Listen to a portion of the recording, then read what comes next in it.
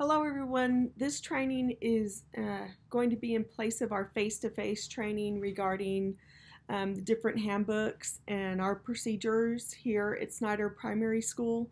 We've got a lot of things going on the first 2 weeks of school and not a lot of time to get them done. So this is a requirement to listen to me and so that I can highlight some of the things in the faculty guide and also in the parent-student guide that you as staff members need to be aware of. The first thing that we'll look at is the faculty guide, and I will share this file with you. It'll be on the Google Drive so that you will have access to these handbooks and to the information so that you can look at them a little more closely at your leisure. But going through this training and signing off in EdBricks will let me know that you have done the training, you have the handbooks, and that you are aware of everything that is in them.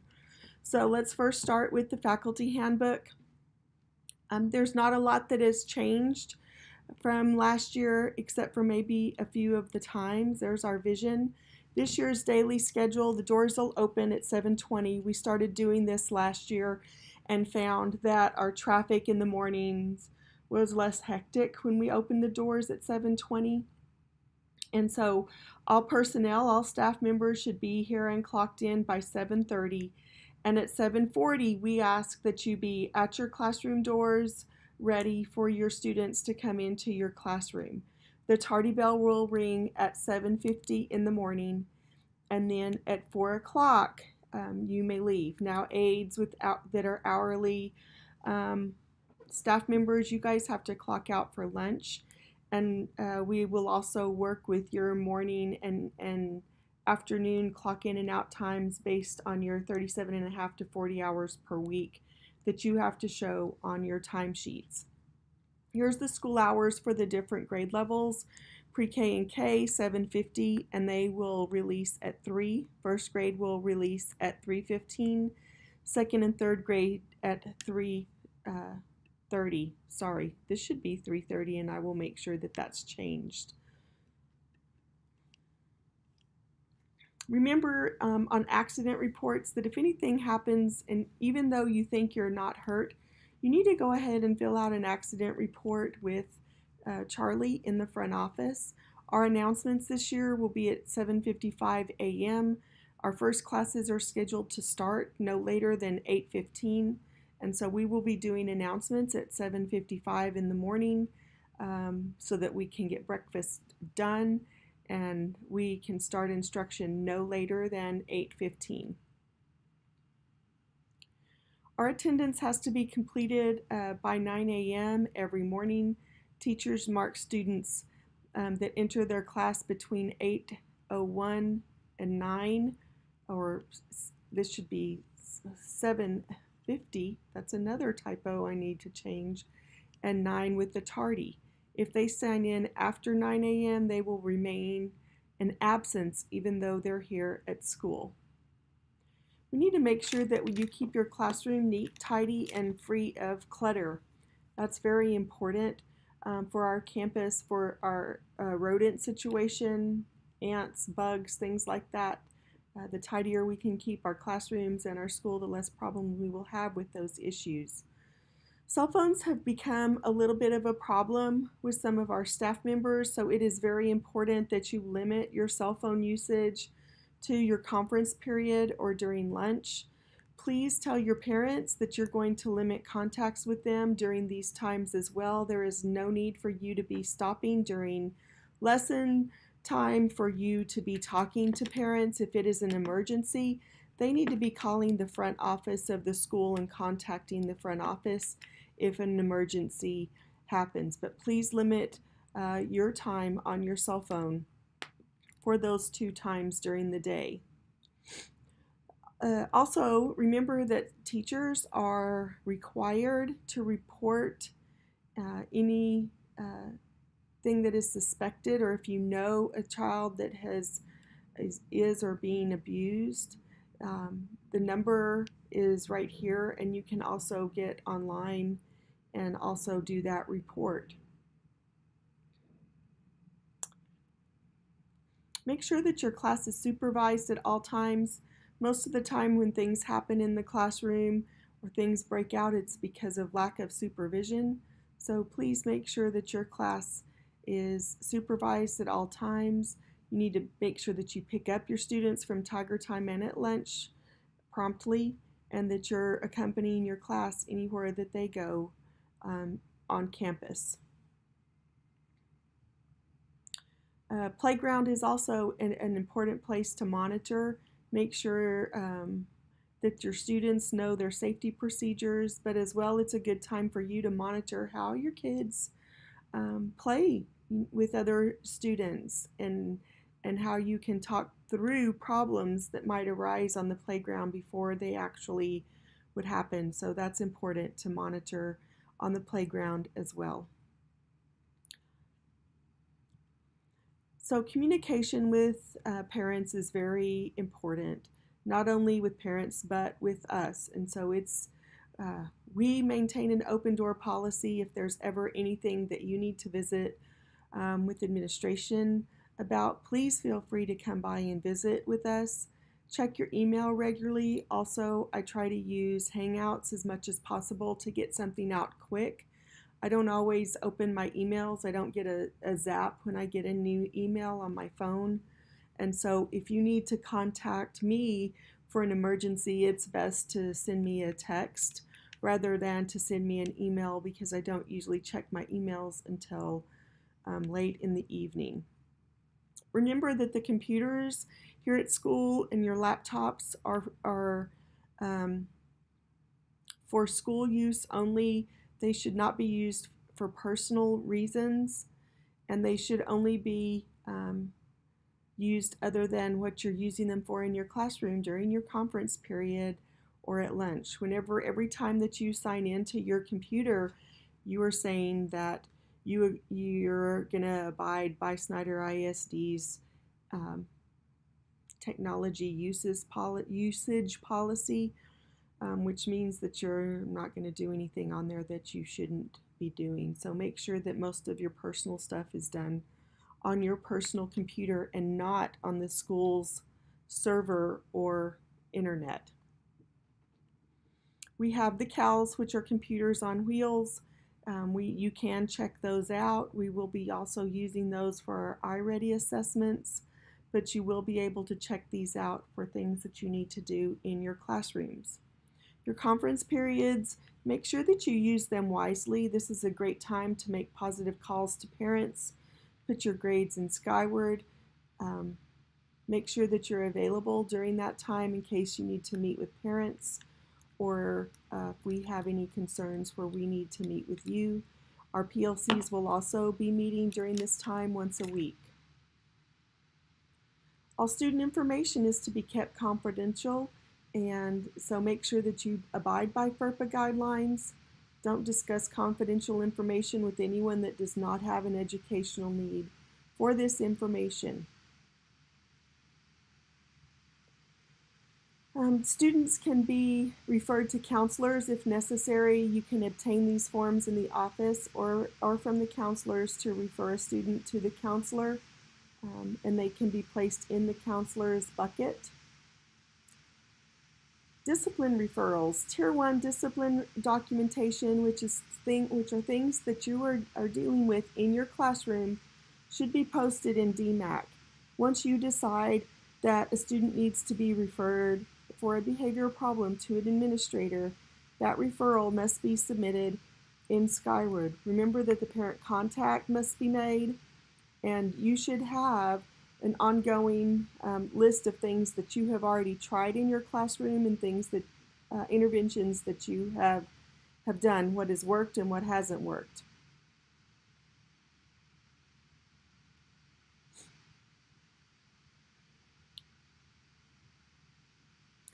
Make sure that that you guys plan ahead for your field trips. I think the bus barn is going to be a little stricter as far as, more strict as far as getting buses lined out. Make sure that you give yourself at least 3 weeks in advance to fill out that travel request form. I have to approve those before it'll actually be submitted. And so along with those field trips, you have to let the cafeteria know if you will be needing sacked lunches for that day or if you will not be there, so that they can plan on the amount of food that will be necessary for those field trip days. We're going to try to do a better job adhering to fire drills this year, so be aware that we will be are required to do monthly fire drills or monthly drills, which may include fire drills, disaster drills, tornado drills, um, and others. We have a benevolent fund that we use for sending flowers to family members who have died, or staff members who are in the hospital. So if you can contribute $10 for benevolent use, please give that to Charlie. We hope that that never happens to us personally, but more than likely it will. And so with everybody contributing $10, that gives us a pretty good fund for those type of things that arise. As most of you guys already know, we are moving in all grade levels to a 9-week grading period. What that does is make our report cards due at only 9 weeks, but in turn, it makes progress reports due twice during that grading period. So at every third week of a 9-week period, progress reports would need to go out, and some sort of documentation would need to be shown that you are talking to parents or sending out something, especially to those students who are not progressing or who are failing your class. So as far as your guidelines for grading, so that you know what is in the handbook and what the parents have access to as well, your grades should reflect students' academic achievement. Each teacher's grade book, this is for 2nd and 3rd grade, should have a minimum of 16, this says 10, and I will also change that, but it is 16 numerical grades per 9-week grading cycle. That's about 2 grades per week. And that is for ELA and for math. They should be posted by Tuesday of the following week in Skyward, and I think the administration is actually changing this day to Monday at 4 p.m. So instead of them being due Tuesday, your grades from the previous week need to be in Skyward by Monday at 4 p.m. And so here are our grading guidelines for pre-K and K. They are a progress report with mastery and individual skills, and it also includes kindergarten and 1st grade. And here are the numbers that we use for kindergarten and 1st grade on report cards. For 2nd and 3rd, we're using numeric grades and letter grades for science and social studies. And here are the letter grades that will be used for science and social studies. Again, 2 grades per week. Classroom grades, again, accurately reflect mastery. Activities not related to the curriculum, such as selling products, donating blood, providing classroom supplies, or participation in extracurricular activities, should not be used as a grade. Course grades will not be lowered for tardies, getting school supplies, or other discipline-related manners. Parents will be provided a rubric and guidelines for all summative projects, including PBL projects and inquiry-based activities. Here it says specifically that they must be updated weekly by Monday at 5, and that each 9-week grading period is weighting equally. Every teacher will have to do a PBL, which will be completed each semester. So every teacher will have to have at least one. I hope that most teachers will have more than one PBL per semester, but the requirement is that every teacher have at least one. And then here's the notice of failures will be sent out each 3 weeks of the grading period, or any time that you feel like it is important for you to be in contact with those parents via email, phone, or face-to-face visit. Make sure if you have to leave before 4 that you let one of us know, so that we are aware that you are leaving early. Your lesson plans are due every morning, every Monday morning at 8 a.m. Your mailboxes, of course, are in the workroom. Make sure that you check those regularly and that we keep confidentiality in the workroom. So it's important that students not be in the workroom. That is personal students or other students. You can imagine if you are the only one with a kid, then that would be one thing. But we have 100 staff members, and I bet 70% of those have children or more. And so if every one of the teachers had their kid in the workroom when they were in there working, most likely we wouldn't get much done in there. So please be respectful to others and let's use that workroom for what it's intended for.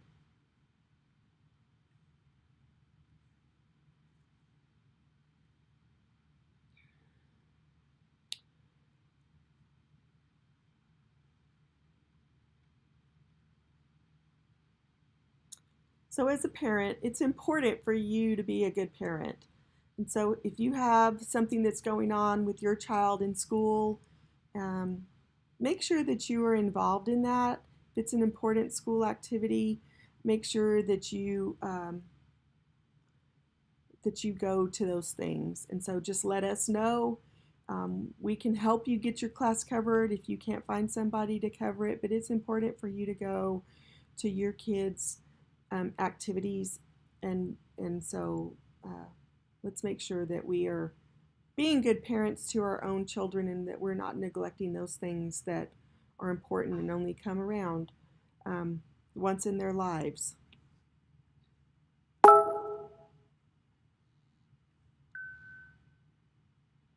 So we are professionals, and so our dress should reflect that we are professionals, and so we expect our staff to dress like professionals. Flip-flops shouldn't be worn unless they're the dressy type. Uh, I say if it's something that you would wear on a beach, then don't wear it at school. Make sure that if you're wearing leggings that you have dress length tunics, which our dress length is at your fingertips.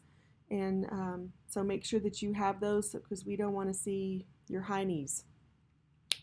Jeans are usually worn on Fridays and on Wednesdays with the designated shirt of the week on Wednesdays.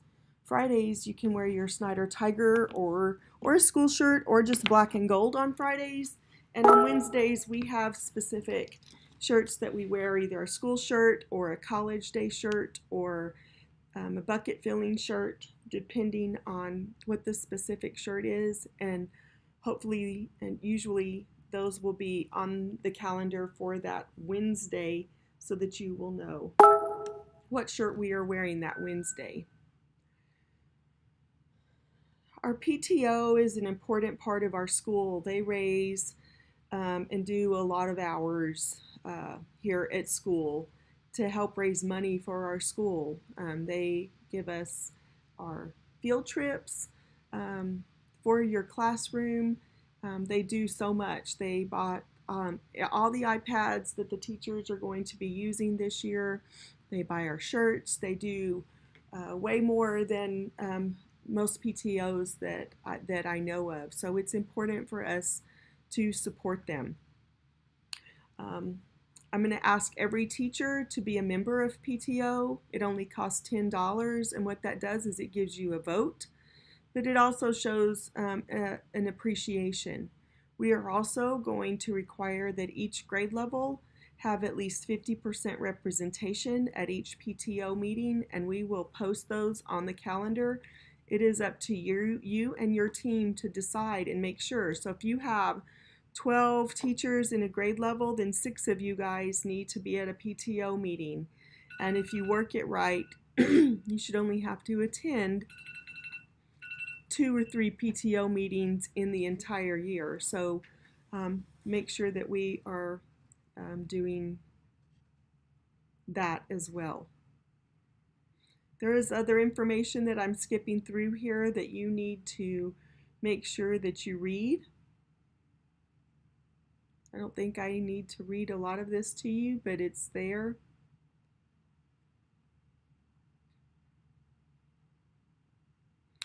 When you need a substitute, you need to put it in Skyward. The earlier that I know that you need an absence will ensure substitute availability. If it's an emergency, do it as soon as possible. If it's a personal day, please do it as far in advance as you know. You need to leave detailed lesson plans for the substitute, and you probably need to put together an emergency set of lesson plans because emergencies do happen at the last minute, and it is not fair for your team members to have to take up slack to get things ready for you when it would have been just as easy for you to have an emergency set of plans that a substitute could follow and do with your class so that that day isn't wasted instructionally with your kids. One thing that is kind of new, it is not new in the district's policy, but we are being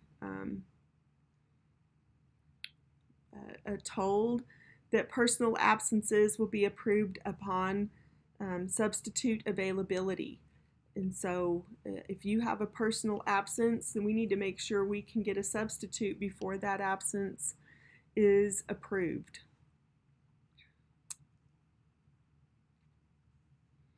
All right, so there's the faculty handbook. Now let's go back, and I just want to briefly show you some things that you will also need to go through. This is the parent-student handbook. This handbook gives all the code of conduct that the parents know about, the use of corporal punishment, all the parent rights, accessing student records.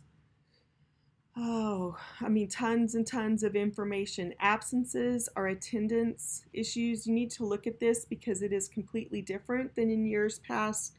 So please look at the attendance policy that the district has set for this next year. And so the first part of this is the district one that has basically everything from pre-K through 12th grade. And then as we get down into like page 81, I'm going to go all the way down. Oh my goodness, that's just 33. Guys, please make sure and review all this. It's important that you understand the things that are being given to the parents and students as well, so that you can help your parents adhere to those things and help them understand why we do certain things. So starting on page like 82 is where the general stuff starts for our school. And this tells the parents, just welcome, we're glad that you're here. And right off the bat, it talks about new absences and how we are only taking 5 parent notes per year. And these, after that, if they do not have a doctor's note, they will be considered unexcused. And so make sure that you read that. Here are our hours for school for the parents, and it also talks about drop-offs in the morning and where we're going to be dropping off and how to drop off your student and where not to park in the red zones. And then here's the after school, talks about our car passes for our parents and our dress code in a little bit easier words for them as far as girls and boys.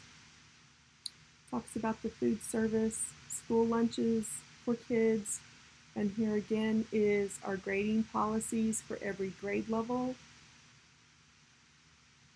our PTO information, celebrations, how to pick up your students, that they require an ID in order for them to come and pick up their student during the day or to come eat lunch with them. So that parent-student guide also please make sure that you're aware of. The next handbook is the PBIS handbook, and I want to thank the Tier 1 team They spent some days down in Houston at the PBIS conference, and they also worked. I asked them to put something like this together, and they worked several hours to do this. And so in the PBIS handbook, it not only has procedures for students, but it also has the expectations for our staff as well. And so here it talks about our mission statement, the big three. Everybody knows these: be respectful, be safe, be a leader. And then it talks about arrival expectations for students and arrival expectations for staff. Assembly expectations for students and assembly expectations for staff. Cafeteria expectations for students and also for staff. Dismissal expectations for students and staff. Hallway expectations for students and staff. Recess expectations as well. Restroom expectations. And here is a matrix for common areas, along with those for staff, a staff matrix. There's also one for classroom.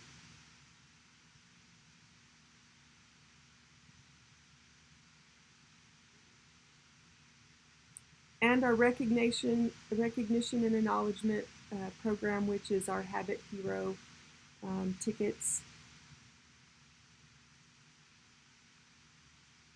And there will probably be more to come. So please be familiar with those things as well. Also, there's a few items in here that talks about attendance, the things that are being shared with the parents as far as what is an absence that is excused, etc., and why it's important to come to school every day. So those are the handbooks. That's your training. Once you sign off on this training, again, that will tell me that you have listened to me this whole ever 30 minutes, and that you have gone through and that you have the handbooks and that you know what's in them, so that you can share that with others and that you know the expectations here at Snyder Primary School. Thanks, and have a great day.